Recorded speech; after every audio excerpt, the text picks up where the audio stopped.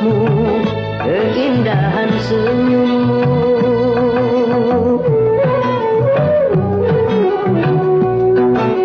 Tapi yang menyilaukan mata, sinar keimananmu yang selalu kau pancarkan dalam setiap langkah.